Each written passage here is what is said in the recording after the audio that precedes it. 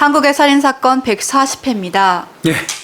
140회면 4주로 나눠야죠. 한 달이니까 140회를 4로 나누면 4, 3, 12, 4, 3, 12, 20, 4, 7에 28. 4, 3, 아니 4, 35개월. 4, 7이 아니라 4, 4, 4, 16. 교수님 30, 한 5개월. 35개월이면 몇 년이에요? 3년? 35개월이면 3년이죠. 3년. 딱 3년. 한 달 빌죠.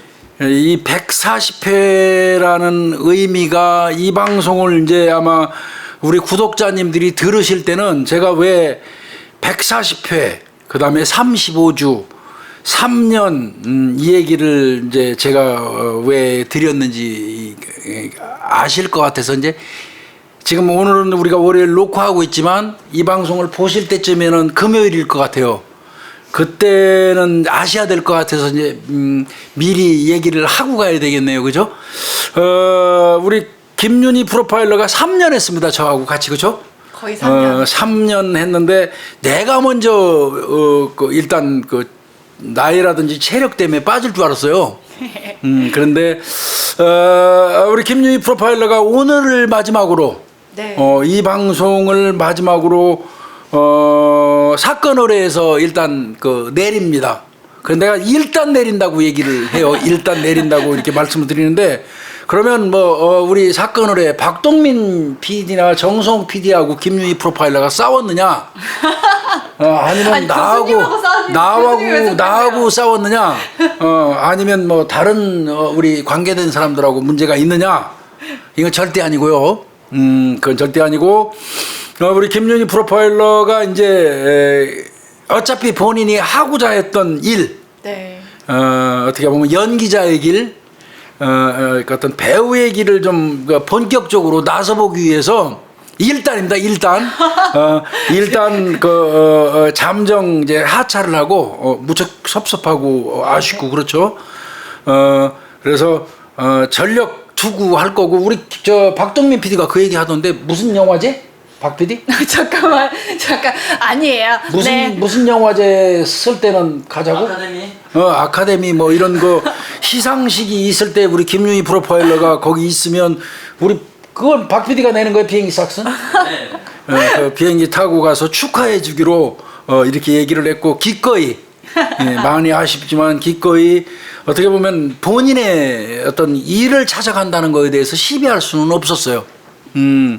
그리고 일이라는 건 그렇습니다. 저도 뭐 충분히 이해가 가요. 내가 하고자 했던 거 안 해보면 많이 후회할 것 같아요. 사는 인생 하나밖에 없는데 그래서 본인이 뭐 후회를 하건 안 하건 후회라는 것도 있잖아요. 기본적으로 해본 사람만이 느낄 수 있는 특권이 후회예요. 해보지 않은 놈은 후회도 몰라요. 후회가 뭔지도 몰라요. 후회가 좋은 건 아니지만 그 후회라는 것도 해본 사람이 느낄 수 있는 특권 같은 거거든요. 그래서 제가 보내드리기로 했다. 그리고 오늘 아침에 제 아침 편지 받아보시는 구독자님들은 아마 제가 어떤 이별이라는 거에 대해서 이제 얘기를 했는데 그런 의미가 있었겠구나 하고 아마 느낄 것 같습니다. 나는 뭐 우리 김윤희 프로파일러 내 입장에서는 항상 물가에 놓은 아이인데 그거는 내가 잘못 생각하는 거고 아마 어디 가든지 잘할 거라고 생각이 되고요. 오늘 진짜 의미가 있는 140회 대한민국 살인사건이에요. 그런데 또 공교롭게도 이게 일부러 하려고 한 건 아닌데 배우 관련된 사건을 골랐어요. 네. 그래서 오늘은 최진실 매니저 배병수 살인사건을 방송하게 됐습니다.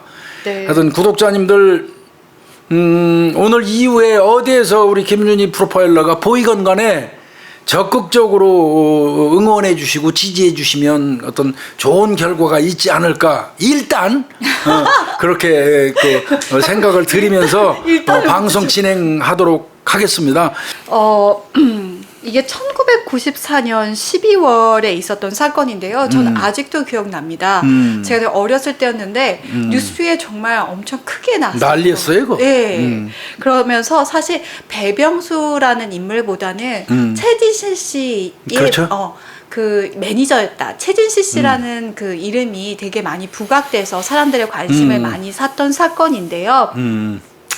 사건은 1994년 12월 20일 날 화요일인데요. 네. 경찰에 실종 신고가 하나 접수가 됩니다. 네. 신고자는 뭐 우리가 다 알고 있으니까 배병수 씨의 형이었습니다.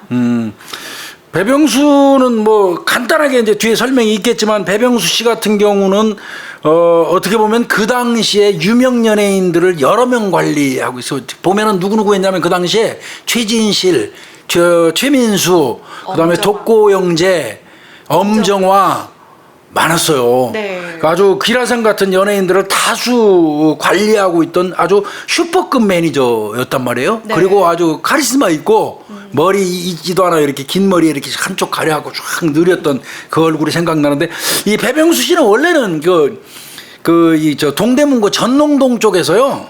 부기라든지 회계 이런 학원 그 배석봉이라는 이름으로 그 운영했었대요. 그래서 학원 잘 나갔었다는 거예요. 아, 한석봉에서 따온 배석봉인가요? 네. 아주 잘 나갔었다는 거예요. 그랬던 사람이 이제 어느 날 그 연예인 매니저가 돼버리는 건데, 여하튼 신고자 형의 진술은 어떤 거예요? 네, 12월 12일이죠. 그러니까 8일 전에 월요일 날, 그러니까 그 전주의 월요일인 거죠. 아니 동생이 전화를 받지 않고 그때부터 12월 12일부터 동생이 전화도 받지 않고 연락도 안 된다. 근데 워낙 매니저 일이라는 게 스트레스도 많고 평소에도 스트레스 받으면 여행지로 훌쩍 떠나서 연락도 안 받고 뭐 잠적하다시피 하기 때문에 그냥 뭐 한 연락 안 돼도 좀 쉬고 오나 보다. 그래서 한 일주일 기다렸구나. 네, 그렇게 생각을 했었다는 거예요. 그래서 그렇게 알았다는 거죠? 네, 근데 너무 길어지는 거죠. 일주일이 지나고 이제 8일째 되는 날 집에 가봤더니 동생 집에 갔는데 집 문이 열린다는 거예요. 열려 있고. 네, 그러면서 뭔가 심상치 않다라는 생각이 들었다라는 거죠.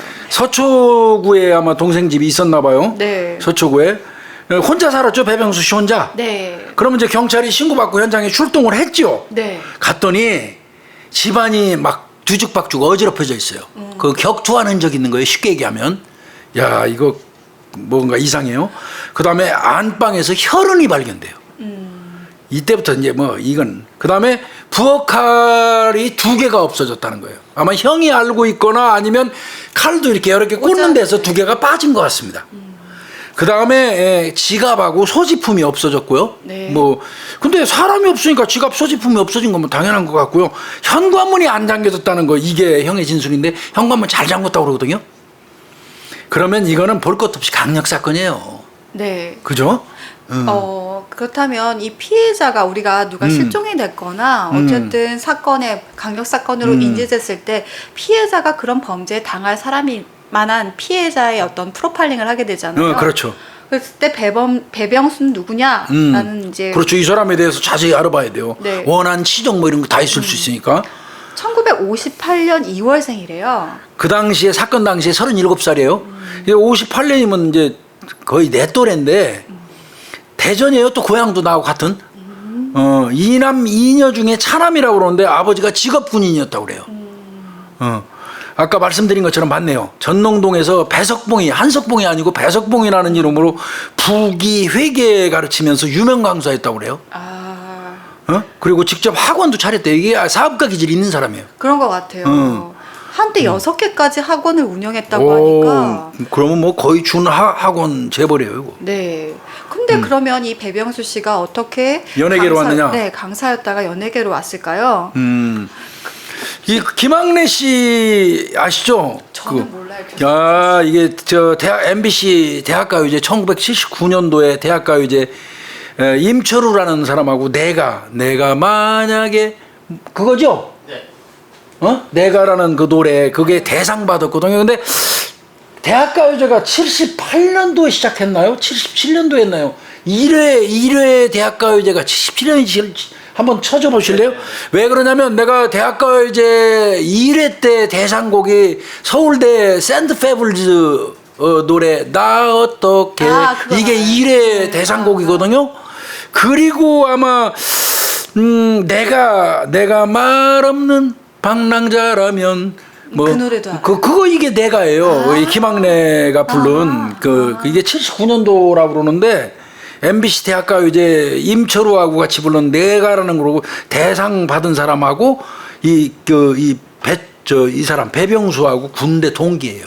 아. 근데 이제 저 김학래 같은 경우는 57년생이고 77년에 기획. 그렇죠. 77년 2회 이게 3회네 그러니까 77, 78, 77년도에 샌드페블즈에 나우터 걔가 그 대상곡이었고 그 다음에 뭐였는지 모르겠네.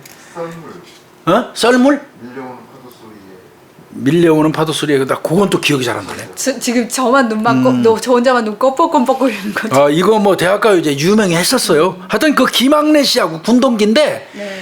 김학래 씨는 57년생이고 배병수는 58년생인데 빠른 거잖아요. 2월 달이니까 빠른 58이니까 같이 군대 간 것 같습니다. 그래서 군대에서 김학래가 이제 이 가수 데뷔하면서 연예계에 발 디딜게 되니까 자연스럽게 연예계 쪽에 이렇게 드나들었던 것 같고 방송국을 김학래 따라서 출입하면서 그러면서 매니저 세계에 눈을 떴던 것 같습니다.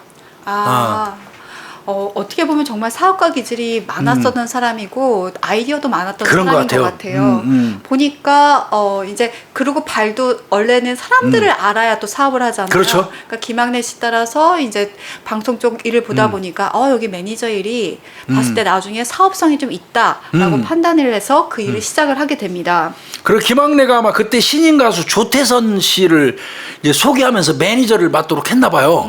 그러면 이제 그게 성공을 했어야 되는데 그때는 실패한 모양이에요. 초창기 매니저 했으니까. 그리고 이때는 이게 이 시기에 94년도 이 시기에는 매니저라는 게 지금처럼 SM이니 무슨 기획 뭐 이 정도 그런 그게 아니에요. 아주 단순해요. 그 연예인들 뭐 운전해주고 일정표 짜주고 뭐 이제 그런 정도 크게 영향력 행사할 수 없었던 그런 때거든요. 네. 그런데 하여튼 조태선 매니저 하면서 가수 신인 가수 조태선 매니저 하면서 실패를 했던 것 같고 이거를 반민교사 삼았나 봐요. 그러니까 예. 자기가 아니라 김학래 씨가 소개해준 사람을 일단은 매니저를 예. 하다 보니까 이게 누군가가 소개해주는 게 아니라 내가 직접 이런 사람들을 찾아서 발굴하는 거야? 네, 어. 이런 게 필요하겠다. 어떻게 보면 그 전에는 받아서 하는 거를 이제 찾아서 능동적으로 적극적으로 그리고 내가 이런 사람을 잡으면 그냥 뭐 뒷일을 해주는 게 아니라 이미지부터 처음부터 아예 딱 만들어서 구축을 해가지고 상품처럼 내가 팔아야 되겠다라는 생각을 거기에다가 했던 이제 것 같아요. 출연 같은 것도 들어오는 거 하는 게 아니라 내가 쫓아다니면서 능동적으로 좋은 배역 따오고 이런 거 내가 직접적으로 능동적으로 출연 섭외도 내가 하겠다. 근데 이제 이 사건을 계기로 해서 사실은 PD하고 매니저의 갑을 관계가 옛날에 PD가 짱이었죠. 네. 매니저는 아무래도 PD 말 들을 수밖에 없는 그런 상황이었는데 배병수 이후에 이 PD하고 매니저 갑을 관계가 바뀐 거로 평가도 되기도 해요. 그 정도로 이 사람이 어떻게 보면 그 세계에서는 한 획을 그은 사람인 건 맞습니다. 직접 스타를 만들고 관리하면서 연예인하고 이제 그 계약 관계 맺어가지고 수익 배분하는 오늘날은 이제 매니지먼트 사업으로 확정을 한 사람이에요, 이게 배병수가. 근데 배병수 씨도 매니저로서 유명해졌던 이유는 바로 최진실 씨 때문이었습니다. 최진실 씨를 발굴을 해서 어떻게 보면 대스타를 키웠기 때문에 가능했었던 건데 예. 그때 최진실 씨가 그러면 되게 잘 나가는 사람을 픽업한 게 아니라 그렇더라고요. 네. 그때 그 최진실 씨 같은 경우는 KBS 탤런트 공채에 떨어졌었대요. 네, 네. 그래서 그때 MBC 조선왕조 500년 유명해요. 예. 뭐 한중록 이게 한중록도 사극이죠. 유명해요. 예. 거기에 단역으로 출연을 하고 있었는데 최진실 씨를 한눈에 알아본 모양이네, 배병수가. 제가 봐도 사실 되게 귀엽게 생기셨고 이미지도 되게 좋잖아요. 선한 게. 그래서 능동적으로 다가가서 최진실 씨 이제 매니저가 된 거네, 본인 스스로 네. 자청해서. 그리고 난 다음에 이게 보니까 나는 다 아는 거더라고요. 영화 남부군에 출연을 시키는데 성공을 했다고 그랬어요. 남부군 봤는데 사실 거기서 최진실 씨가 잘 기억이 안 나거든요. 저는 왜냐하면 남부군이 기억나는 게 거기 여성 배역이 없어요. 근데 그때 아마 최진실 씨가 그 거의 남성만 출연하는 그 영화에 그리고 남부군이라는 영화 자체가 굉장히 인민군으로 나오지 않나요? 네, 저는 그냥 그 모습만 기억나거든요. 근데 되게 유명했던 영화더라고요 이때 당시. 거기에 어떤 출연을 시켰어요, 영화에.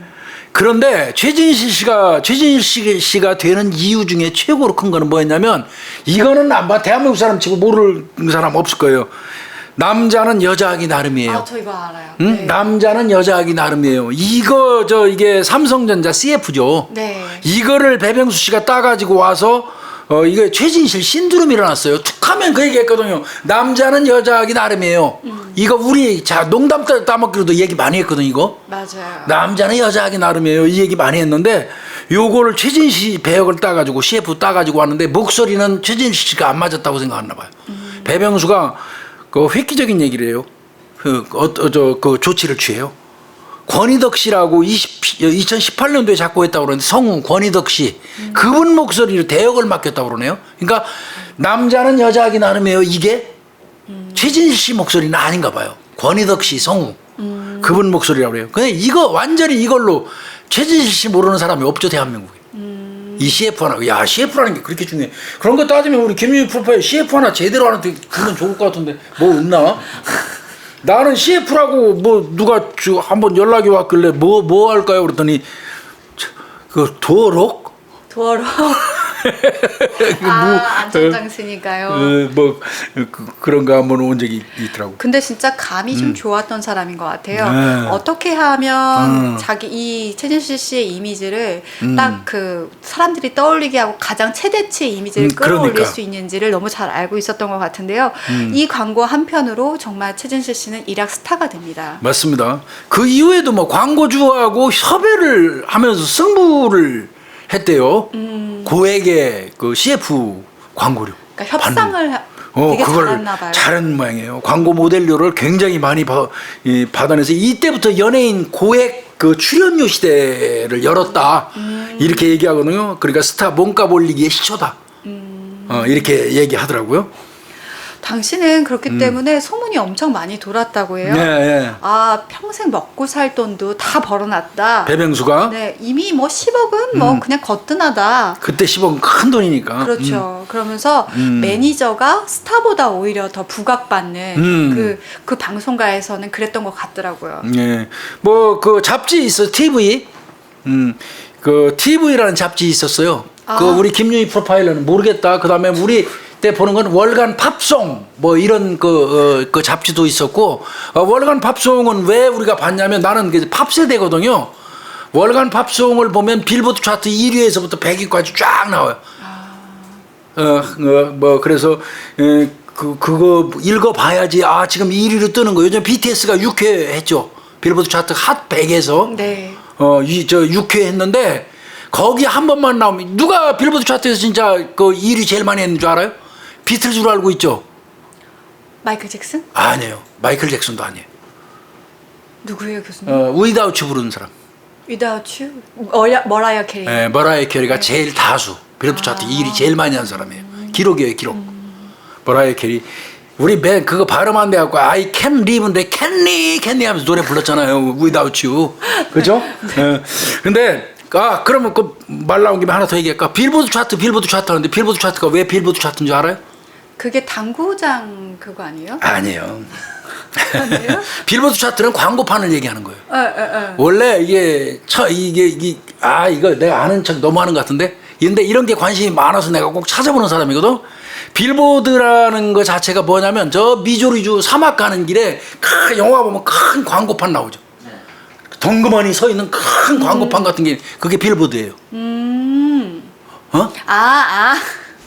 그게 빌보드예요. 전 노래를 따진 줄 알았어요. 그게 차트예요. 근데 이 빌보드 차트 이게 나온 건 자그마치 1894년이에요. 우리나라 가보경장 때. 그 빌보드 차트가 그때는 광고 그 중심의 어떤 그 차트였어요. 그러면 그 사람들이 나중에 이제 음악으로 가니까 괜찮거든. 네. 그 빌보드 차트에 종사했던 사람들이 머리가 깬 거예요. 음악 이거 괜찮다, 대중성. 그래서 방송국 PD한테 전화하고 그때는 수기로 전화하는 거예요. 그다음에 레코드 판매상에서 전화해 누구게 제일 많이 나갔어요.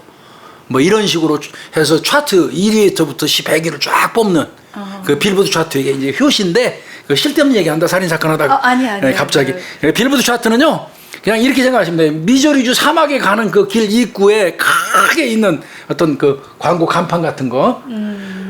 그런데 하여튼 뭐 얘기하다가 그래서 잡지가 그때는 월간 팝송, 월간 축구도 있었어요.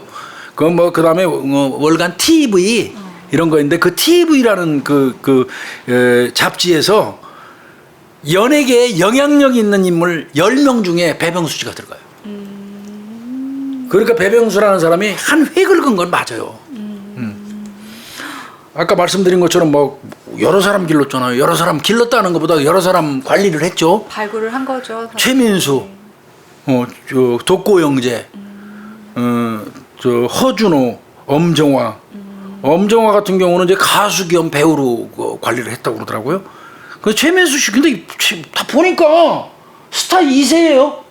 최민수 씨 아버지는 최무룡이고 독고영재 씨 아버지가 독고성이라고 옛날에 액션 영화 배우 그 있어요. 독고성 씨 아들이고 허준호는 허장강 악역 전문했던 그 허장강 씨 아들이 허준호고 엄정화만 달라요. 이거 보니까 배병수는 그때 항상 굉장히 앞서간 사람이에요. 진짜 사업성을 갖고 태어난 사람 같아요. 지금 사실 어느 정도 급이냐라고 생각했을 때 여기 적어 놓으셨는데 지금 유명 엔터테인먼트사 대표 SM 같은데 뭐 이런 거죠, 네, 그죠? 그 SM이나 뭐 정말 JYP라든지 이런 그 엔터 사장이 실종된 사건과 비슷하다라고. 그러니까 파장이 엄청났죠. 거기에다가 최진실 씨 매니저라는 게 막 그 슈퍼스타의 매니저라는 게 막 돌면서 실종됐다고 그러니까 난리 난 겁니다, 이거. 그때 난리 났었어요, 진짜. 그러니까요. 이 사건을 담당했던 그 형사 서초 그 형사하고 저하고 같이 그 경찰 수사연수원 그 수사 지휘 과정에서 같이 교육도 받고 그래가지고 이 사건 관련해서 내가 들은 얘기가 무지하게 많아요. 근데 이거를 우리 방송에서는 다 털을 수가 없네, 이거. 예, 불편해서. 예. 수사로 갑시다. 예. 네. 예. 수사를 자, 진행을 하다 보니까 그럼 이 사람이 원한을 졌는지 아니면 채무 관계가 있는지 그렇죠. 그런 거 알아봐야죠. 여러 가지 확인을 해봐야 되는데 일단 성격적으로는 좀 대인관계가 좋지 않았다고 해요. 좀 독선적이고 이기적이라고 그러죠. 네. 그러면 워낙- 감정 살 만한 사람들은 있는 거예요. 그래서 경찰이 이런 거 조사를 하는 게 뭐 미워서 하는 건 아닙니다. 네. 그리고 본인이 딱 마음 먹은 일은 무조건 해내야 되는, 진행해야 되는 약간 독선적인 마인드를 가지고 있었다고 해요. 그리고 그러다 보면은 이게 갈등이 많죠. 주변 사람들하고. 네. 실제로도 좀 많았다고 하더라고요. 본인이 스타로 만든 연예인들하고 갈등이 심했다고 그래요. 근데 이제 그거는 그 배우하고 갈등 심한 건 뻔한 거 아닌가요? 내가 맡기 싫은 배역을 그냥 따가지고 와서 강제로 맡기면 배우 입장에서는 열받죠. 배우는 자기가 하고 싶은 역할이라는 게 있잖아요. 이게 늘 과제라고 그러더라고, 매니저하고. 그렇죠. 그리고 뭐 수익률 같은 부분도 있을 수 있고요. 수익 배분. 네, 뭐 그리고 사실 여러 가지로 그런 부분들이 있을 텐데 뭐 또 매니저 수당을 너무 높게 책정을 진짜 했기 때문에 지가 많이 가져간다는 거죠. 네. 아니 근데 많이 올려주고 많이 가져가는 건데? 그게 이제 어느 순간 이상이 되면은 또 거기에 대한 갈등 문제가 또 생기잖아요. 퍼센테이지에서. 네, 그리고 또 이제 연예인들 같은 경우는 관리하다 보면은 일거수일투족을 다 알다 보니까 옛날에는 그 연예인들이 연애를 한다는 것 자체도 흉이 됐었잖아요. 맞아요. 지금이야 오픈하고 너 그거 까버릴 거야 그러면 그 연예인 여자 연예인 같은 경우는 특히나 그쵸. 치명이 치명. 네. 누구하고 연애하고 있다 뭐 이러면 네. 만인의 연인이 돼야 되는데 그러니까요. 이게 연예인들의 어떤 세상 참 많이 변했다. 네, 사생활을 비밀을 또 알고 있으면서 내가 너 이거 폭로할 거다. 너 이거 이렇게 협박까지 또 했었다고 하더라고요. 근데 이제 이거는 뭐 그냥 주변에서 얘기하는 거고 실제로 그런지는 모르죠, 그렇죠? 그렇죠. 네. 그다음에 뭐 정관계 인사들까지 친분 유지. 저 유명세 타면 그냥 자연스럽게 한순간에 상승하더라고. 근데 어느 순간 또 폭 나가는 수도 있어요. 그러니까 막강한 인맥이 있고 네트워크 보유하고 있고 그러니까 진짜 속된 말로 그냥 안 하고 싶어도 배병수 씨하고 그 계약하는 거 해지하기 어려울 것 같아요. 내가 그 이 사람 밑에서 벗어나면 나는 아무 방송국에서 불러주지 않아. 라고 하면 진짜 어쩔 시키는 수 대로 없는 해야지. 네, 그런 수밖에 없는 거게 되는 거죠. 근데 하여튼 뭐 소속 연예인들이 잇따라 독립을 한 거 보면 최민수, 엄정화 뭐 다 나가는 거 보면 배병수 씨의 어떤 그 관리하는 시스템에 반감을 좀 느꼈던 건 사실인 것 같아요. 네. 그러니까 원래 일 잘하는 사람들이 또 독선적이고 이기적인 것도 있어요. 참 일장일단이 있는 건데, 근데 다소 못 커도 같이 가는 게 참 중요하다고 생각해요, 나는. 세상은요. 맞아요. 다소 뒤져도 같이 가는 거. 그런 그 선택을 하는, 모르겠어요. 저는 그렇게 살아왔거든요. 예. 하여튼 저 거의 배병수 사단이 그 즈음에 아마 붕괴된 것 같아요. 배병수 사단이라고 불렸던 아까 그 수려한 스타들 다 나가 버리니까 붕괴죠 뭐. 네.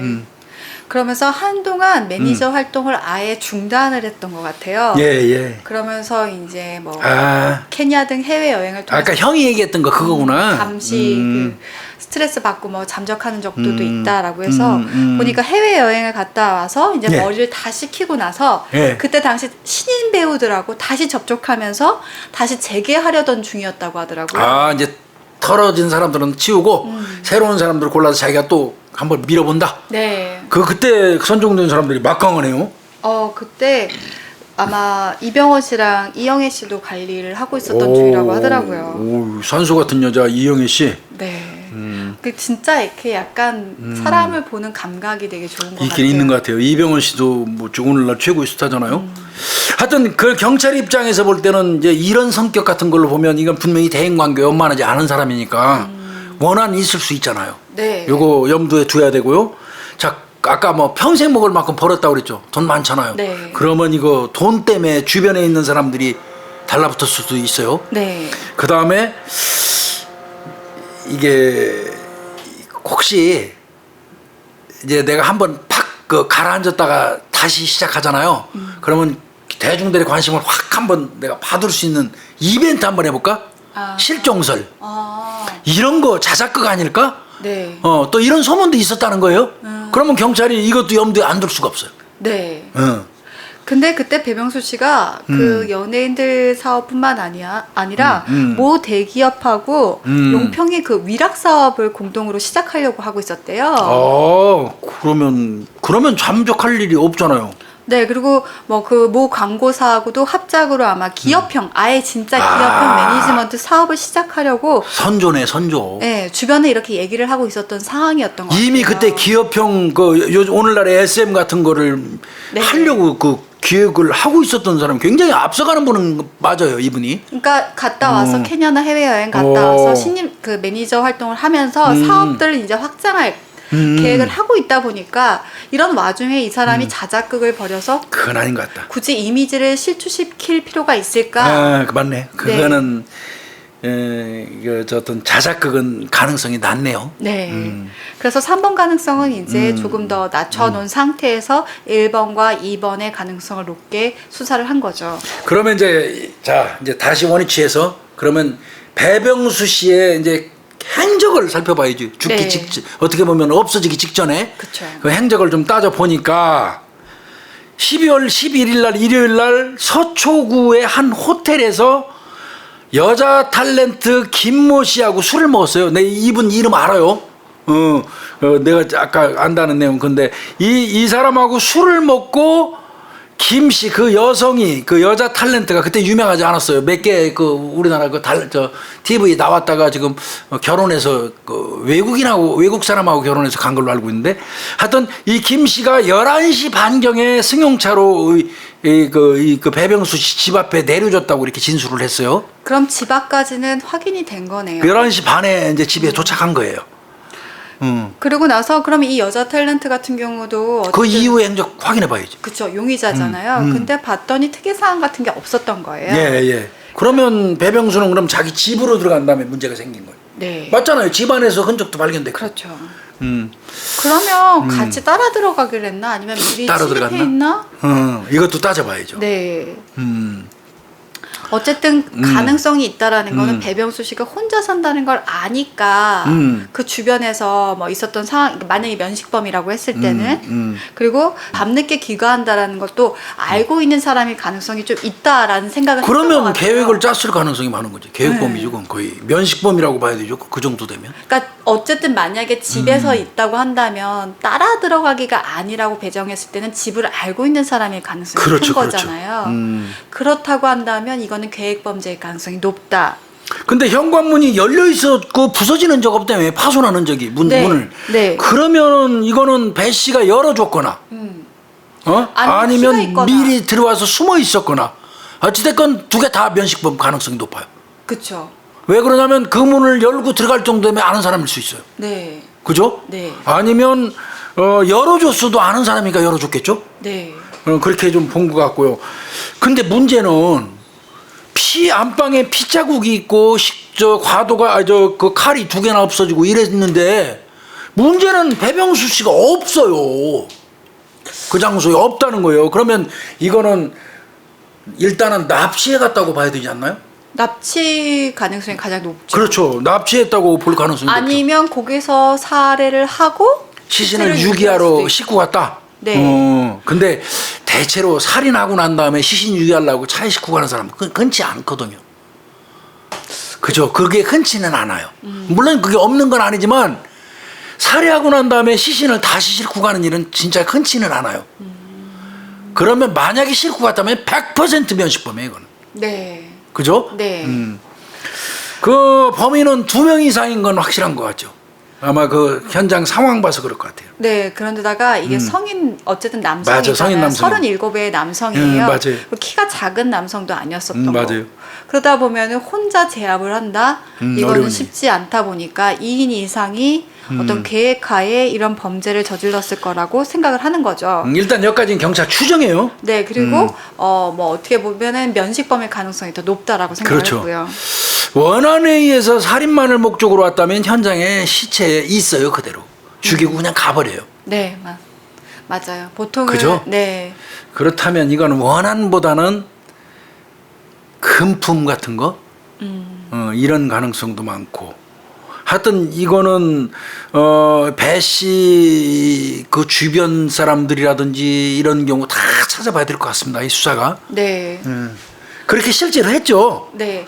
그리고 저도 이게 계획범이라는 게 더 높게 보이는 이유 중에 하나는 집이라는 곳에서 어쨌든 범죄가 그렇죠. 이루어지잖아요. 만약에 낯선 사람이었다고 한다면 저도 다른 기회를 이용해서 하죠. 네, 따라 들어가기보다는 집 거기서. 안에 있어서 미리 들어가 있었을 가능성이 높다라고 생각이 들어거든요. 만약에 따라 들어가게 하면 밤중에 소리도 날 수 있을 맞아요, 거고, 맞아요. 그다음에 뭐 그 흔적도 사실 현관부터 드러나 있어야 될 텐데 흔적도 보니까 보통 그 앞에 거실 쪽에서 일어난 것들로 많이 보여졌다고 하더라고요. 그러면 이 미리 안에 있었던 사람일 거고 미리 뭐 면식범일 가능성이 굉장히 높은 걸로 보이는 거죠. 그리고 따라 들어왔으면 눈치채가지고 범죄가 쉽게 되지 않을 수도 있어요. 경계하기 때문에. 이건 내가 볼 때 급습이 가능성이 많거든요. 네. 급습의 가능성이 많다는 얘기는 미리 들어와서 잠복하고 있었을 개연성이 높지요. 네. 그래서 이제 아마 그 주변 사람들, 배 씨하고 아는 사람들, 주변 사람들도 탐문하고 당연히 뭐 배우들도 다 탐문하고 그랬겠죠. 네. 그 다음에 이제 당연히 또 이 사람 부자라고 소문 났었으니까 계좌 같은 거 강도일 수도 있으니까 계좌 추적 같은 거 이런 거 당연히 하겠죠. 네. 그런데 이건 너무 의외로 쉽게 빨리 나왔죠. 네. 그 12월 12일부터예요. 예, 예. 며칠간 그 12월 11일부터 12월 12일부터 연락이 안 된다고 그렇죠. 했잖아요. 며칠간 배 씨의 그 외환은행 계좌에서 1억 7천만 원 중에요. 예. 서울 본점과 부산 남천동 지점 등 7곳에서요. 3,820만 원이 인출됐다는 사실이 확인이 됐는데요. 뭐 아직도 계속 뺄 요량이네. 1억 그러니까요. 7천이면 아직 3,800밖에 안 뺐으면 돈 아직 한참 남았네. 이게 교수님도 아시다시피 그 뭐지 ATM기에서는 뽑을 수 있는 그 금액이 한계가 있으니까 계속 뽑아도 3,820밖에 못 뽑았구나. 은행 안 가면은 ATM기에서 뽑을 수 있는 금액이 한계가 있죠. 그러면은 그 이 배 씨가 없어진 날로부터 계속 돈이 빠져나가니까 이게 배 씨가 뽑는 건지 다른 제3자가 뽑는 건지 경찰이 확인하러 갔겠죠, 당연히. 네. 그건 당연히 은행으로 갔죠. 네.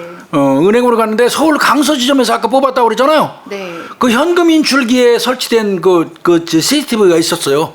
거기서 20대 남성의 뒷모습이 촬영돼 있어요. 적어도 배병수 씨는 아닌 거예요. 그러면 이거 발견하는 순간 경찰은 이건 납치 쪽으로 봤을 가능성이 높아요. 이게 아마 그 뒷모습이 어떻게 찍힌 모양이에요. 그러니까 그 당시만 해도 이 현금 인출기 앞 촬영 영상 같은 거 있었어도 모자라도 이러고 뒤집어 쓰고 뭐 가리고 얼마든지 가능하니까 그랬던 것 같아요. 근데 이 돈을 인출하고 난 다음에 이제 끝났으니까 돌아갈 때 뒤쪽에 흐미하게 뒤통수 쪽에 비친 것 같아요. 할 때는 가리고 했기 때문에 정면에서는 안 찍힌 것 같습니다. 또 제가 생각했을 때는 ATM기를 뽑았다고 생각을 했는데 어떤 기사에는 여러 개 이용했어요. ATM기도 썼고요. 네. 직접 가서 돈 인출도 했고요. 아마 7곳에 가서 ATM기에서도 뺄 수 있는 데서 뺀 것 같고요. 네. 그 다음에 직접 인출한 거. 이것도 있는 것 같아요. 왜 그러냐면 나중에 직접 인출한 은행원이 진술을 해주거든요. 그런 부분이 있기 때문에 이거는, 야, 근데 이렇게 겁 없이 막 남의 통장에서 빼다가 이렇게 자꾸 댕기는 거 보면 이것도 내가 볼 때 이거 치밀한 범죄자도 못 되고요. 어떤 면에서 보면. 그죠? 네. 탐문 과정에서 유력한 용의자가 나오지요. 네. 누굽니까? 이 사람은 도대체.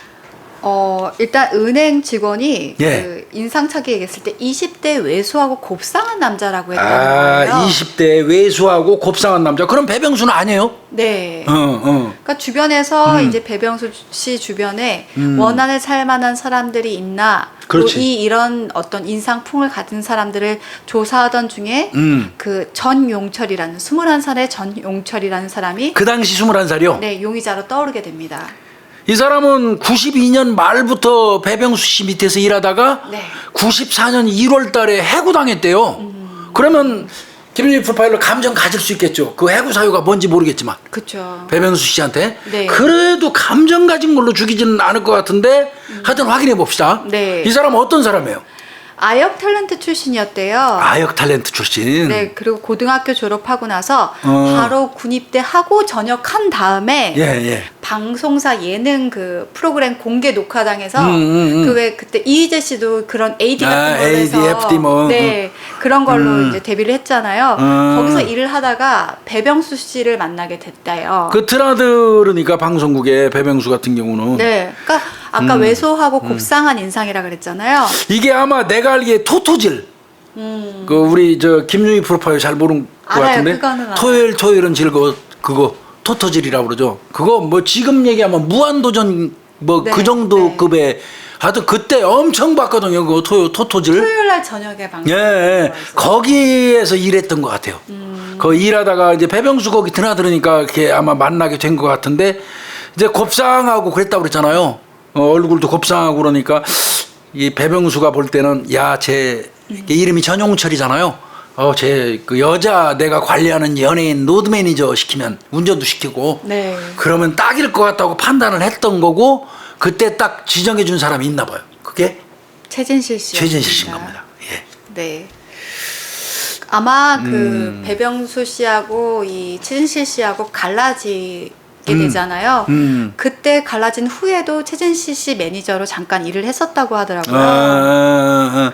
네, 최진실 씨하고 갈라진 게 보니까 그 얘기 들어보니까 영화 숲속의 방이라는 게 있어요. 그 숲속의 방을 아마 배병수 씨가 출연 최진실 씨를 그 시키면서 그 싫었던 것 같아요. 내가 보니까 최진실 씨가 그 배역이. 그런데 배병수가 밀어붙이니까 그 과정에서 좀 갈등이 시작됐다고 그러더라고요. 그때부터 최초로 이 최진실 씨하고 갈등이 시작되었고 그때부터 저 최진실 씨가 뭐 스트레스성 위경련이 일어나고 막 그랬었다는 거예요. 배병수가 막 밀어붙였나 봐요. 그 딱 정해놓고. 이 전용철이는 그래도 어디 영화에 나갔네. 헐리우드 키드의 생애. 네. 형사로 단역 출연해서 그 범인 새끼가. 이게 그리고 나서 이제 전용철 씨가 아마 그 배우 엄정화 씨의 운전기사로도 일을 했었나 봐요. 아, 엄정화 씨. 근데 그때 엄정화 씨 아마 개인 신용카드에 손을 조금 댔었다 봐요. 근데 그때 아마 배병수 씨가 배병수 씨가 이제 그 아마 전용철을 굉장히 많이 혼을 냈던 것 같아요. 하여튼 최진실 씨 주변 연예인들 소속 연예인들이 아마 기획사 사무실에서 자꾸 뭐가 없어지는 일이 많이 겪었었나 봐요. 그러니까 네. 한 번 의심하면 전용철 씨를 계속 의심한 것 같아. 그래서 94년 1월 달에 해고를 했다고 그러는데 이거는 어디까지나 그냥 알려진 사실이지 그 당시에 그걸 전용철 씨가 훔쳤다는 증거는 없어요. 네. 그러니까 이 부분은 굉장히 조심스럽게 얘기해야 될 것 같아요. 네. 전용철 씨가 아닐 수도 있거든요. 그럼에도 불구하고 하여튼 배병수는 전용철 씨가 그 손댄 거라고 생각을 해서 아마 자른 것 같아요. 네. 이게 이제 감정을 사게 했을 수는 있겠습니다. 아까 말씀드린 것처럼 은행 직원들 증언, CCTV 찍힌 모습이 전용철이하고 유사하잖아요. 그러면 뭐 이건 내가 볼 때 뭐. 그리고 이제 그 범행 당일 행적 경찰이 그럼 당연히 전용철의 용의자의 당일 행적 알리바이 깨기 주력하겠죠 뭐. 네. 어떻게 됐어요? 범행 당일? 일단 전용철이 그 네. 낡은 에스페로 승용차를 지인한테 빌렸대요. 예, 예. 이제 차가 필요했던 거죠. 그러니까 지인한테 다 낡은 거? 네. 빌렸다라고 하고 그 후에 아니 남한테 지인한테 차까지 빌려야 되는 사람이 어느 순간 고급 승용차 브롬을 구입했던 거. 아, 브롬은 그 당시에 최고의 차인데. 저는 브롬, 잘 몰라요. 브롬 모르죠? 네. 로얄 샬롱이라는 차가 있었고 로얄 샬롱, 내가 로얄 프린스 탔는데 옛날에. 그 다음에 브롬은 제일 상위급이에요. 로얄 시리즈의 최고죠 그게. 브롬. 브롬 타면 저 있네 좀. 그랬어요. 그러니까 옛날에 마크 5, 마크 4 따지듯이 옛날 타령하면 우리 저 젊은 구독자들한테 너무 꼰대로 돼서 이제 옛날 얘기 안 하려고 그러는데 여하튼 이 브롬은 그 최고의 차예요. 그거를 차도 없어갖고 다 썩음썩음한 그 에스페로를 빌리는 주제에 네. 곧이어서 그 당시에 최고급 승용차 브롬을 구입을 했다는 거? 그런데 전용철이가 그럼 경찰이 조사했겠지 그 정도의 경제적인 능력이 되느냐 네. 단역으로나 하고 배병수 밑에서 로드 매니저밖에 안 하는 놈이 브롬 살 정도는 아닌 것 같거든 경찰 입장에서 볼 때. 그런데 브롬 샀다는 거는 뭔가 이상한 거죠 이게. 네. 그러니까 이거 이거 전용철이 수사해야 되겠다. 근데 전용철이 추적하는 거 간단하잖아 그럼.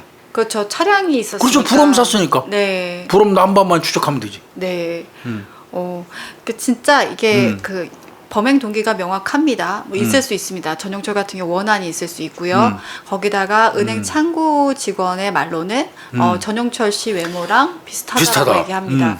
그리고 구입할 수 없는 차량을 고가의 차량을 구입을 했습니다. 유력한 용의자로 떠올랐고 이제 차량을 통해서 추적을 하기 시작을 합니다. 당연히 추적하겠죠. 네. 그 차량 수배 딱 했는데 94년 12월 23일 날 금요일 날이에요. 네. 오후 3시 30분경이에요. 그러면 범행이 11일이죠. 12월 11일. 그러면 한 12일 정도 지났네요. 네. 그 되는 날 충북 음성군 톨게이트를 지나는 수배해놨겠죠 차 브롬. 네. 수배해놨으니까 그 차가 딱 건물에 떴겠죠. 네. 그럼 당연히 경찰이 제지하죠. 그때 이 전용철이가 경찰 제지를 뿌리치고 그대로 차 달려서 도망가 버렸어요. 이건 이 순간 나 범인 그 소리예요. 그렇죠. 그죠? 나 범인 하는 거예요 이제 이게. 근데 그 차량에 그러면 전용철만 있었냐? 예. 아닙니다. 여기 4명이 있었습니다. 한 차에. 네. 예. 전용철, 예. 김영민, 그리고 여성 2명, 그 각각의 여자친구 2명이 있었는데요. 강원도 모 스키장으로 놀러 가고 있는 상황이었다고 합니다. 근데 이게 김영민이 조금 이따 설명드리겠지만 남성은 그러니까 전용철, 김영민. 네. 그다음에 여자 둘인데 그 여성 둘은 각각의 애인인데 유흥업소 여성들이었다고 그러더라고요. 그러면 4명이서 이제 강원도의 모 스키장으로 놀러 가고 있다가 그러니까 내가 생각할 때 이 전용철이가 자기 차가 수배되는 거 모른 거예요. 그렇죠. 그죠? 그러니까 마음 놓고 톨게이트 이용한 거 아니겠습니까? 그러다가 이제 그 경찰이 검문하니까 뭔가 잘못됐다 싶으니까 냅다 도망간 검문부릉하고 그럼 경찰이 한 2시간 추적했다고 그러는데 못 잡았어요. 그리고 결국은 이게 나중에 충북 진천에 있는 한 아파트 주차장에 그 차 서 있는 거 브롬이 서 있는 거를 발견을 했지만 사람은 없었던 거예요. 네. 그러면 이제 경찰은 그 승용차 발견된 그 일대 다 뒤지겠죠 또. 그렇죠. 산이고 어디고 수색하겠죠.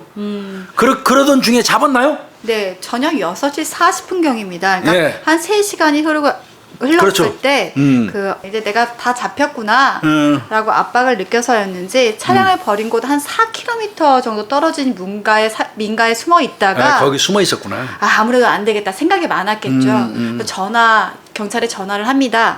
그러면서, 나 자수하러 가겠습니다. 나 그 차 있는 데로 갈게요. 네. 이렇게 된 거죠? 네, 그래서 그래서- 결국 체포됐죠. 네. 그 다음에 그 차에 같이 타고 있던 여자들도 각각의 친척집에 숨어 있다가 범인 은닉죄 아니면 도주방조 이런 거 등등으로 검거가 됐고요. 네. 그 다음날 12월 24일 날 이제 김영민이 도망갔잖아요 거기서.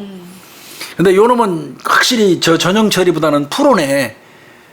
예, 전형 처리는 못 견디고 그 당일날 저 자수했는데 이 새끼는 멀찌감치 도망갔다가 그 다음날 전형 처리 이제 그 자수한 거 보고 도망가봐야 꽝이라고 생각했나봐 김영민이. 그 당시 23살이에요. 네. 요 놈도 서울 서초경찰서 찾아와갖고 자수해요. 서초서가 그때 담당 그 경찰서였거든요. 네. 거기 와서 자수했어. 그러면 범인 4명 다 검거된 거죠. 근데 뭐 여자들 같은 경우에 범인이라고 하기도 그렇고. 근데 이 범인 모두 검거한 12월 24일 날이 공교롭게도 최진실 씨 생일이라고 그러더라고요. 그런 말이 많이 돌더라고요. 그렇다면 이제 이건 뭐 범인 뻔하니까요. 네, 진짜 원한 때문이었을까요? 범행 동기를 한번 찾아봐야 될 것 같습니다. 그렇죠. 범행 경위를 한번 따져보면 되겠죠. 네, 전영철은 이렇게 얘기합니다. 연예계에서 할 수 있는 일을 배워보라고 이제 아마 배 씨가 이제 나를 채용을 했는데 뭐 돌봐주지도 않고 또 공개적인 파티 자리가 있으면 사람들 보는 앞에서 뺨을 때린다든지 그 절도 문제 때문에. 네. 그리고 나한테 계속 무시하는 태도를 종종 보였기 때문에 내가 앙심을 품고 있었다. 그래서 내가 죽인 거다라는 식의 얘기를 했습니다. 이거 말고도 이제 나중에 추가로 한 얘기가 더 있던데요. 네. 전용철이가 배병수로부터 잘리고 난 다음에 자기 나름대로 또 나도 매니저, 로드 매니저 비슷한 거 해보려고 돌아다녔다고 그러더라고요. 방송국을. 그래서 돌아다니다가 딱 마주쳤대요. 네. 방송국 측에서. 근데 야 너 이 새끼야 여기 왜 왔어? 이제 아마 배병수가 이렇게 물어본 모양이에요. 그러니까 나 매니저 뭐 일 좀 같은 거 하려고 그래요. 그러니까 너 같은 놈은 매니저도 할 자격도 없어. 또 사람들 보는데 면박을 줬다는 거예요. 그게 어떤 면에서 보면 본인한테는 그 굉장히 큰 상처였던 것 같더라고요.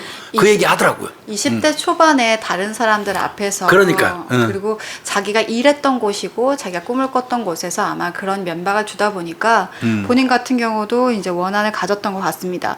또한 한편으로 진짜 직장이 없잖아. 이제 돈벌이가 없다 보니까 그 청량리 성인 오락실에서 빙고 게임장 빙고. 거기서 이제 소일을 했던 것 같아요. 근데 이제 소일을 하면서 이제 거기 또 도박에 빠지게 된 거죠. 뭐 맨날 돈 뭐 잃지 뭐. 거기서 1,000만 원을 잃게 되면서 카드 빚도 짓게 되고 또 신용카드 연체 같은 것도 되고 그러다 보니까 계속 납입하라는 독촉도 받게 되고 경제적으로 쪼들렸던 거죠. 이게 여기서 여러 가지로 힘들었겠구나. 근데 이제 요거 가기 전에 잠깐 우리끼리 뭐 사람 사는 얘기니까 하자고요.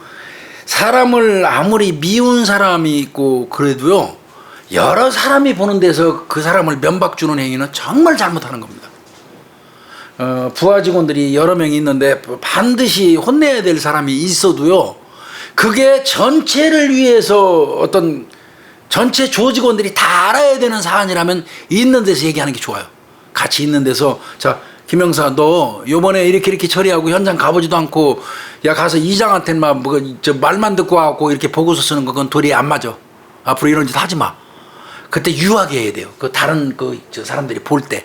아, 저렇게 하면 혼나는 거구나. 저렇게 하면 안 되는 거구나.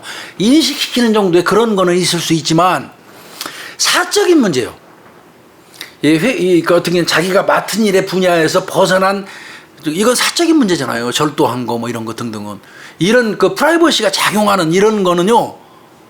여러 사람들을 보내서 이 도둑놈의 새끼야 이렇게 하는 거 아니에요.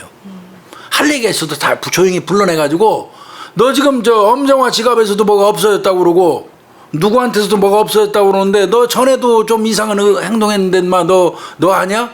너 혹시 그렇다면 너 이거 진짜 문제 있어? 너 법적 조치할 거야? 이게 맞아요.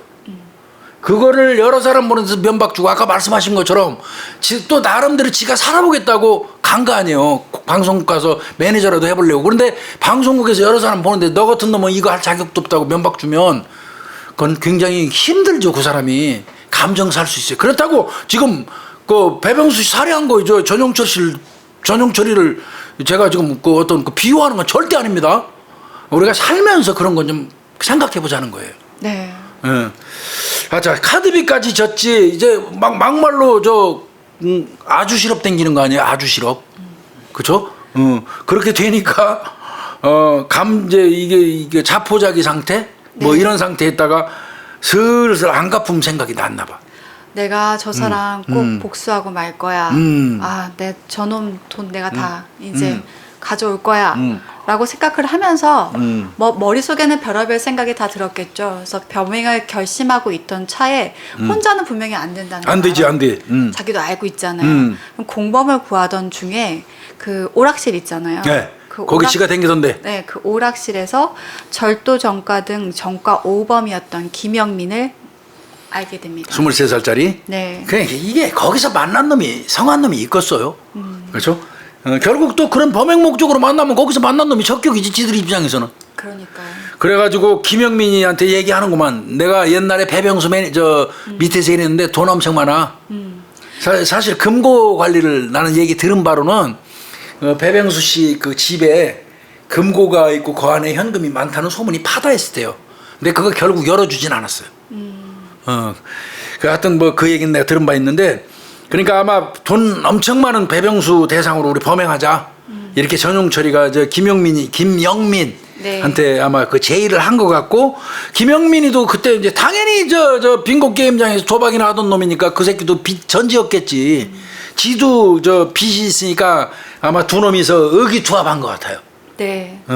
그래서 그냥 범행 계획을 이제 둘이 다 짰습니다. 네, 네. 그리고 그 범행 날, 그 12월 11일, 그러니까 범행 그날이네요. 일요일 날. 직전에 아마 에스페로 승용차를 지인한테 빌리고요. 폐차 직전이니까 이건 빌린 것도 아니고 야 이거 갖다가 폐차하라고 준 것 같다. 그런 것 같아요. 에스페로네 이거 대우거네 이거. 얘도 대우거를 좋아하네. 브롬 시리즈도 대우거거든 옛날에. 나도 에스페로 탔었어요.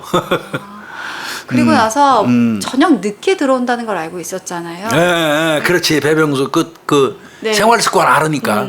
그래서 한 오후 11시쯤에 그 배병수 집 근처에 도착을 해서 예. 이제 혹시라도 집에 있나 없나 이제 확인을 해보려고 초인종을 눌렀던 것 같아요. 아, 간 봤구나. 네. 근데 소식이 없어? 네. 그럼 안 온 거네 아직? 그렇죠. 그럼 이제 들어가서 숨어야 되는 거죠. 아, 그래서 아까 미리 들어가서 숨어 있었구나. 탤런트 했던 김모 씨가 이제 그 호텔에서 있다가 11시 반에 배병수 집 앞에 내려줬잖아. 네. 그러니까 11시 반에 집에 도착해가지고 집 안으로 들어간 거지, 이제, 배병수가. 네, 네. 근데 집 안에 숨어 있던 김영민이가 그 인근에 있는 공사장에서 주워온 강목이 있대요. 그걸로 아마 뒤통수를 내리친 모양이에요. 기절하죠. 급습한 겁니다, 이거. 집 안에 숨어 있다가. 자, 기절했죠? 네. 그래, 안방으로 끌고 들어갔죠? 네. 아까 안방에서 혈흔이 발견이 예. 됐었잖아요. 거기 가서 전기장판, 전설줄 등으로. 근데 다 이게 피해자 집에 있는 물품으로 사용을 했던 것 같아요. 예, 침대에다가 내가 알기에는 묶었거든요. 네. 침대에 누워놓고 묶였는데 전기장판줄, 전선줄, 그 다음에 커튼 찢어서도 썼거든요. 그래서 이 결박을 했어요. 네. 그리고 이제 깨어나게 만들어요. 그럼 눈 떠보니까 의식을 잃었다가 눈 떠보니까 침대에 묶인 상태지.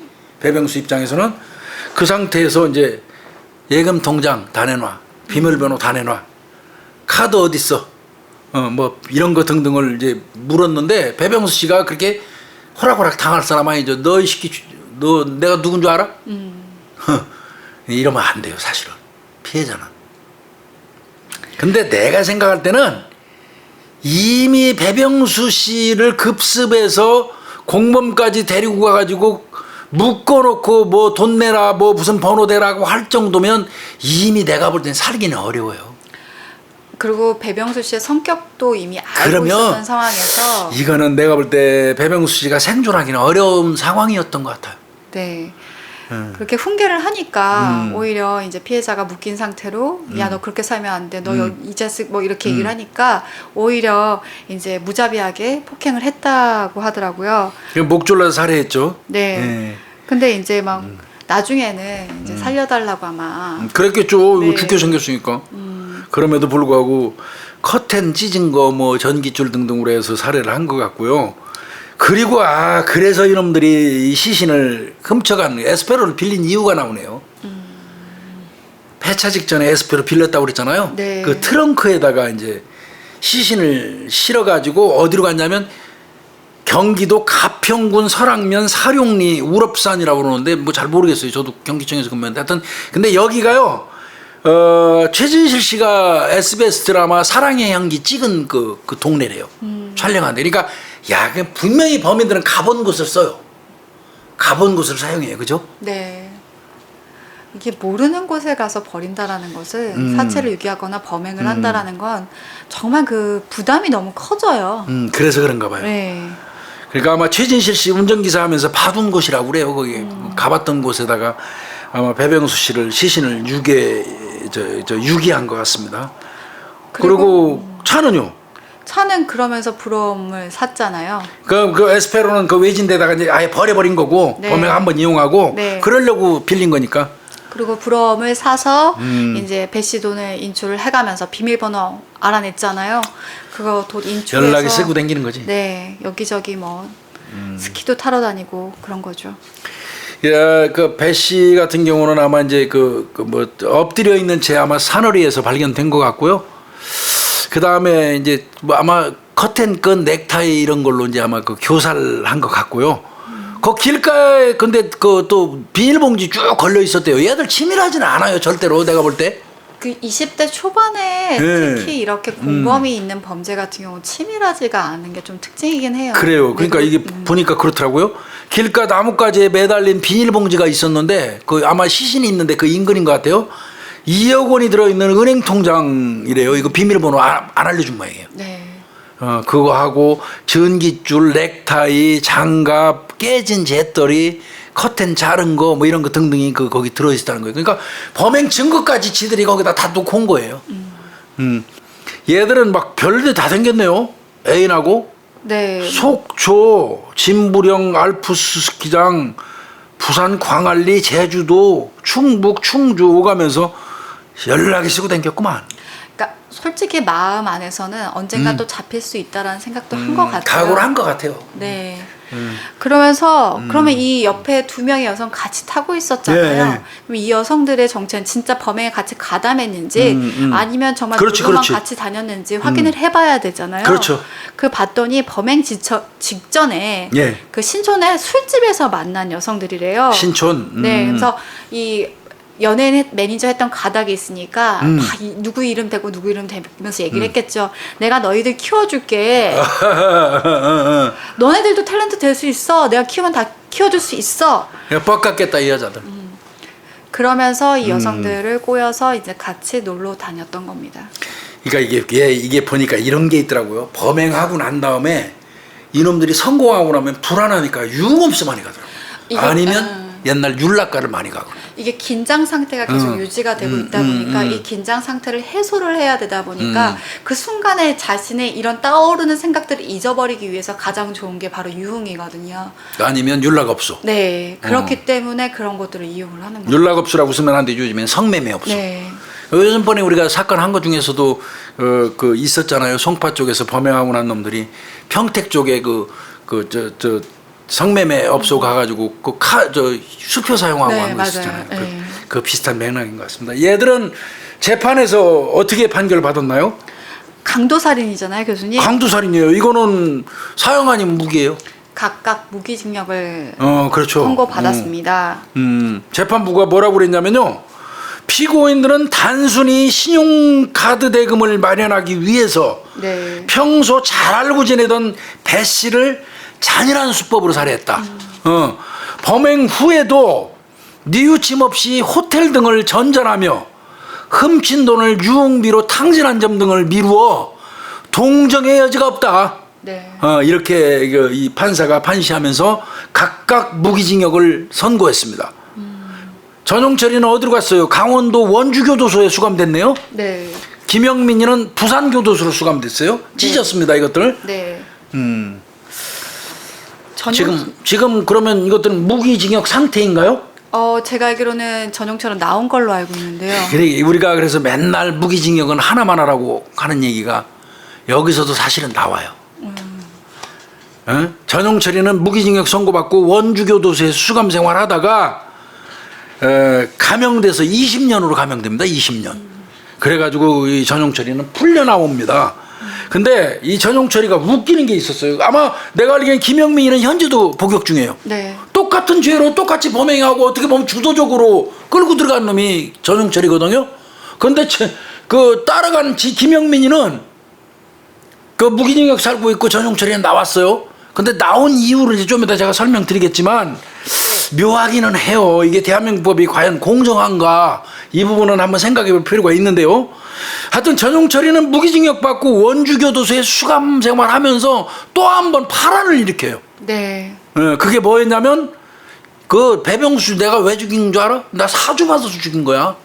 그 시킨 사람이 있어. 근데 내 그 사람 말이야 나한테 저 배병수 죽이라고 해놓고 20년 동안 나한테 면회 한 번 안 와? 어? 그렇게 하면서 어떤 잡지사 같은 데 하고 인터뷰도 하고 책 낸다고 그랬어요. 책. 무슨 책 내는 게 유행인지. 그러니까 검찰 원주지청에서 불러다가 조사한 적도 있어요. 근데 별 반찬 안 나왔죠, 솔직히. 네. 그러면서 나한테 증거가 있다. 사실 너 사주한 사람이 있는지 증거를 대봐라. 라고 그렇죠. 했더니 전용철이 내가 비디오 테이프를 가지고 있다. 그리고 서류들을 좀 가지고 있는데 이 사주한 사람들과 관련된 서류와 비디오 테이프다.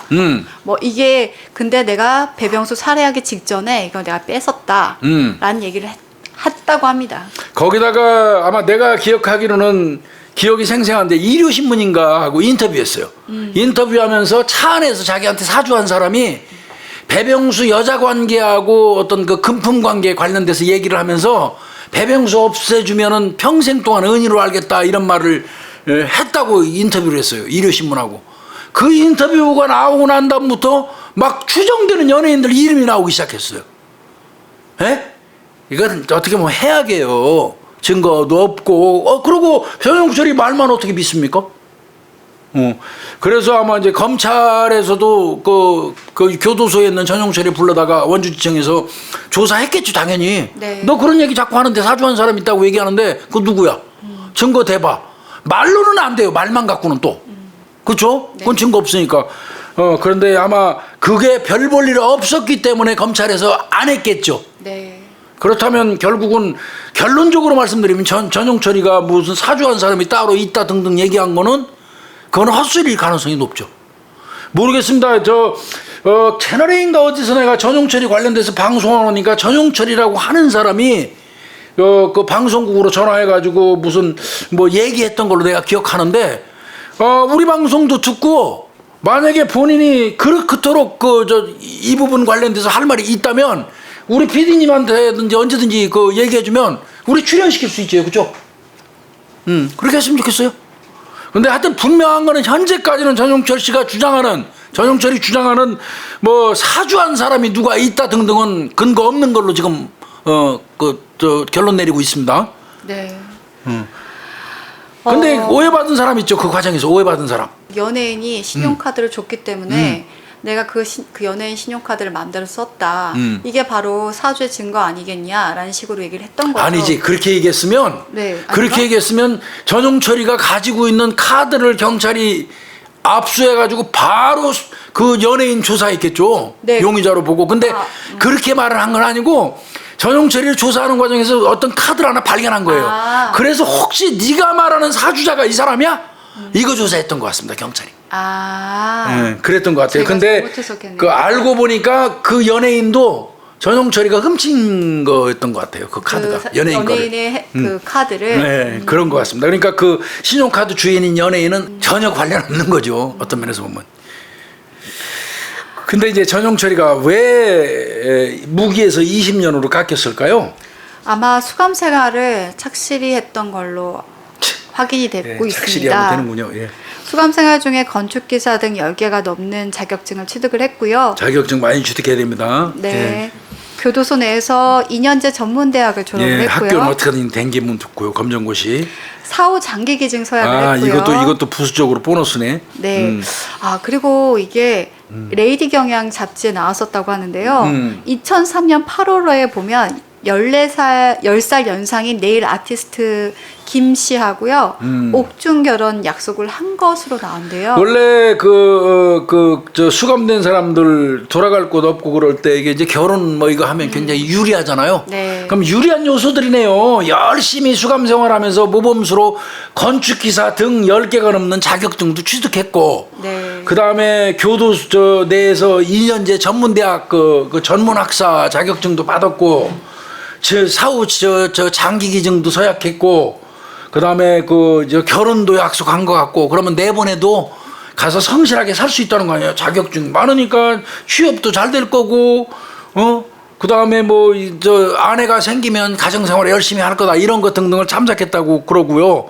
아마 그 저 이 김씨 네일 아티스트 만난 거는 봉사활동 그분이 자주 가가지고 아마 거기서 인연을 맺은 것 같아요. 그리고 편지 주고 받다가. 네, 그 네일 아티스트였던 이제 김 씨가 봉사 활동을 와서 서로 거기서 이제 관계를 갖게 됐고 인연을 맺게 되면서 서로 편지를 주고 받으면서 아마 사랑을 키웠다라고. 근데 아마 결혼했는지 여부는 아직도 어디에도 나온 거 없더라고요. 그러니까 뭐 했는지 여부는 모르겠습니다만은 하여튼 무기수에서 20년으로 감형됐어요.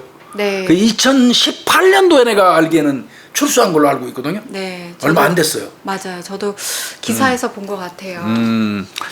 근데 김영민이는 여전히 그 교도소에 무기수로 그 수감 생활을 하고 있고요. 일단 정과 정도가 좀 다르다라고 생각이 전과 들어서. 절도 전과 오범이에요. 네, 그런데다가 이제 아마 그 전용철 같은 경우는 원한 관계가 있다라는 것들이 어느 정도 인정이 됐겠지만 참작이. 네, 김영민 같은 경우는 철저하게 오로지 돈. 네, 돈이었다 보니까 그게 어떻게 보면 영향을 좀 미치지 않았을까 싶습니다. 근데 이제 반대로 생각하면 아까도 제가 말씀드렸지만 범행을 주도하고 계획하고 공범을 끌어들여서 이 사건 범행을 완성한 사람은 솔직히 전용철이거든요. 네.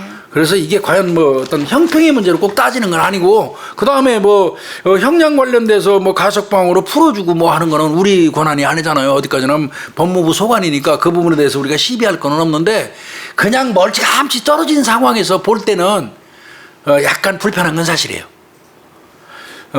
이걸로 인해서 이 최진실 씨가 엄청난 고통을 받았잖아요. 법정에서 재판 공방이 있을 때 최진실 씨 출석하라고 막 했는데도 안 가서 구인장 발부됐어요. 최진실 씨가 그때 유명합니다. 선글라스 끼고 슬쩍 들어가서 그 증언했던 걸로 내가 기억하는데요. 이 최진실 씨가 극단적인 선택했죠, 그렇죠? 그런 부분 등등이 이런 사건과도 어떤 뭐 이렇게 시줄 날줄처럼 엮여 있는 뭐 그 사건 범행하고 엮였다기보다는 감정적인 어떤 그런 거에 영향을 줬을까요?